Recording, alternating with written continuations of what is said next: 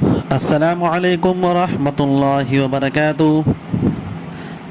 میرے محترم دوستوں، بزرگوں اور عزیز ساتھیوں، میری پیاری بہنیں اور بھائیوں، میں تمام لوگوں کا شکریہ ادا کرتا ہوں اور ان لوگوں کا شکریہ ادا کرتا ہوں جو اس ویڈیو کو دیکھتے ہیں یا سنتے ہیں یا اس ویڈیو پر لائک اور کمنٹ کرتے ہیں اور اپنے دوستوں کو ویڈیو شیئر کرتے ہیں۔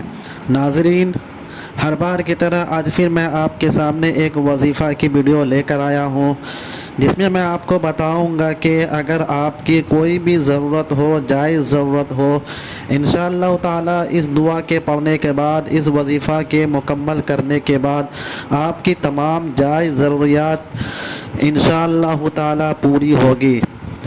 آپ کو کرنا صرف یہ ہے کہ اس وظیفے کو جس طریقے سے بتایا جائے اس طریقے سے پڑھنا ہے اور جس ٹائم پر بتایا جائے اس وقت پڑھنا ہے۔ میرے دوستو، آپ کو اس بات کا خیال رکھنا ہے کہ آپ کو نماز پڑھنا ہے، آپ کو کوشش کرنی ہے کہ پانچوں وقت کی نماز پڑھنی ہے، اور اگر آپ کسی مجبوری کے بنا پر پانچوں وقت کی نماز نہیں پڑھ سکتے ہیں تو آپ کو کوشش کرنی ہے جہاں تک ہو سکے وہاں تک نماز کی پابندی کرنی ہے، اور اللہ تعالیٰ سے ہر نماز کے بعد دعا کرنا ہے کہ اللہ تعالیٰ آپ کے تمام جائز ضروریات کو پوری فرما دے۔ تو دوستو، چلیے میں آپ کو بتاتا ہوں وہ کون سا وظیفہ ہے اور اس کا پڑھنے کا طریقہ کیا ہے۔ تو دوستو، وظیفہ یہ ہے کہ جمعہ کے نماز کے بعد جس نے بھی کسی حاجت کی نیت سے اس عمل کو 101 مرتبہ پڑھ لے تو سمجھیے کہ اس کی مشکل حل ہو جائے گی۔ آپ کو جمعہ کے نماز پڑھنا ہے، سنت و نوافل پڑھنے کے بعد آپ کو بیٹھے رہنا ہے اور اس دعا کو پڑھنا ہے 101 مرتبہ۔ آپ دھیان سے نوٹ فرما لیں کیونکہ غلطی نہ ہو، اگر غلطی ہو گئی تو وہ وظیفہ اور وہ دعا آپ کا کارگر نہیں ہوگا۔ آپ کو جمعہ کے نماز کے بعد سنت و نوافل پڑھنے کے بعد 101 مرتبہ یہ دعا پڑھنا ہے: یا کریم یسر لی امری، یا کریم یسر لی امری، یا کریم یسر لی امری۔ دوستو، آپ اس کے تلفظ کو سمجھ لیں۔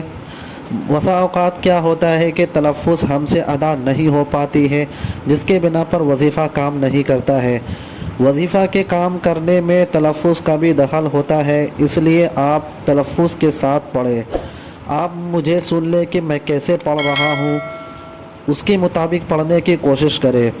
یا کریم یسر لی امری، یا کریم یسر لی امری۔ تو دوستو، اس دعا کو پڑھنے کی اجازت تمام لوگوں کے ہیں، لیکن اس دعا کے پڑھنے سے پہلے آپ کو 3 مرتبہ درود شریف پڑھ لینا ہے، پھر آخر میں 3 مرتبہ درود شریف پڑھ لینا ہے۔ یعنی پہلے 3 مرتبہ درود شریف پڑھنا ہے، پھر 101 مرتبہ یہ دعا پڑھنا ہے، پھر آپ کو 3 مرتبہ درود شریف پڑھ کر اللہ تعالیٰ سے دعا کرنی ہے۔ اپنے دونوں ہاتھوں کو اٹھا کر اللہ تعالیٰ سے اپنے حاجات کے بارے میں دعا کرنی ہے۔ تو دوستو، یہ تھی وظیفہ جمعہ کی جو میں نے آپ کو بتایا۔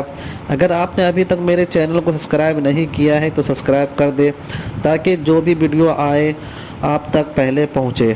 تو دوستو، چلیے اب اگلے ویڈیو ملتے ہیں، تب تک کے لیے السلام علیکم ورحمۃ اللہ وبرکاتہ۔